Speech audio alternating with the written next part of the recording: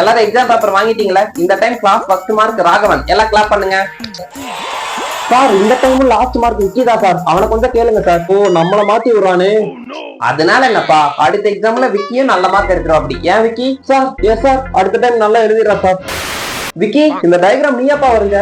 Sir yes sir. சூப்பரா இருக்குப்பா. விக்கிக்கு எல்லாம் கிளாப் பண்ணுங்க. ஒரு டயக்ராமுக்கு கிளாப் வேற. அவ்வளவுதான்ப்பா இந்த சாப்டர். இப்ப நடந்தது எல்லாத்துக்கும் புரிஞ்சுல? சார் நல்லா புரிஞ்சிருச்சு சார். தம்பி விக்கி, உனக்கு ஏதாவது டவுட் இருக்காப்பா?